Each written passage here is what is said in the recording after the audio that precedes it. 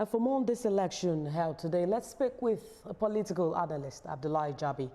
It's good to have you join us at this time. Over 1 million registered voters spread across the 6 area councils. What benchmarks would you say really determined whether today's turnout reflected strong civic engagement or participation?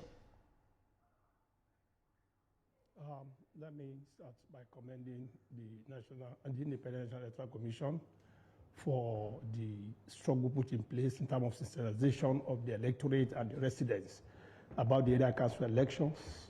In the same light, I wish to commend the political parties that are participating in these elections for a job well done in terms of campaign and what have you. Above all, election in the FCT has been very, very peaceful for the year 2026. And this is as a result of a lot of factors that have been put in place to ensure that there is zero tolerance in terms of violence here.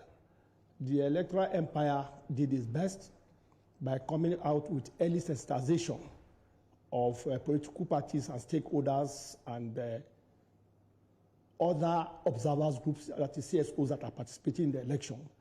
And the political parties too, in their own rights, make sure that there is adequate mobilizations and sensitization of their members to participate in this FCT Area Council election into the office of the chairman and that of the councillorship. And this has been so commendable, very, very commendable. And we saw the INEC chairman also commending the use of the beavers today. From what you observed, how well was it utilized, and can this serve as a template for other elections? Well, there's an improvement in what we see in today's election in the FCT Area Council elections because over time, the need to create more awareness on the part of voters and the electorates has been a challenge. But this time around, I think people are well prepared, coupled with the fact that what is happening in the political terrain is creating more consciousness on the part of the voters.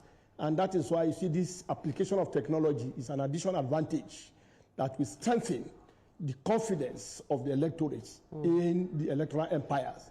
And the electoral process too is seamless in terms of participation and the orderliness. I must commend the security agencies too for being there, doing well as far as their bit is concerned, and the media that are on top of each of the polling booths and the area councils to ensure that what they see is what they report true to type. And this is highly commendable. It is an indication that 2007 election may even be better than what we had in 2023.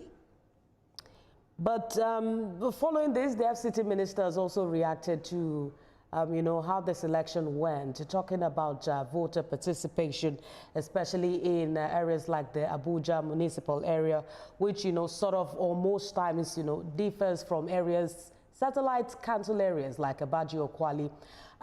What factors would you say really drove these disparities that we saw today? Did you observe a similar pattern?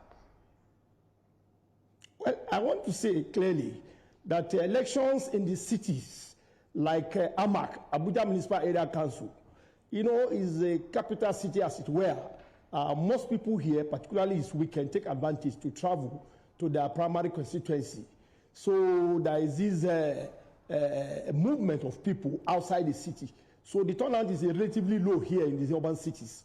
But in the rural areas and suburbs, like Abaji where we visited, Buhari where we visited, Kwali where we visited, and Gogolada, because it's more of a traditional settlement where the inhabitants are the natives, there is high volume of turnout.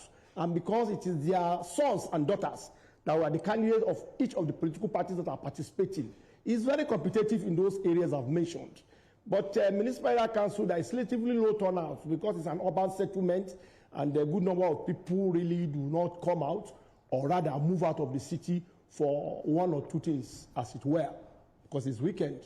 Coupled with the fact that, this is Ramadan period, the good number of the Muslim communities too are not too comfortable with the time and the period through which this election was thrown up to be conducted because of the Ramadan fasting.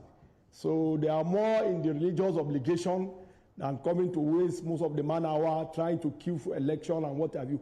But there was no any hard feelings about it because the process and the manpower deployed was very, very, very effective. And that is a very good one for us. I mean, the date for the 2027 election was also a concern raised by those that will be affected by this in terms of religion. But since these elections are conducted by the FCT Independent Electoral Commission itself, rather than the national body, from what you observed, how do you think this really affects the credibility and public confidence in this type of elections? No. There can't be any issue of credibility question. The only issue we see here is the relatively low turnout, as it were, more pronounced in the urban cities, and more, more effective in the rural communities, like I've earlier mentioned. So subsequently, the electoral empires will factor this into consideration to make sure that a good number of the Muslim communities are not disenfranchised when election is to be conducted.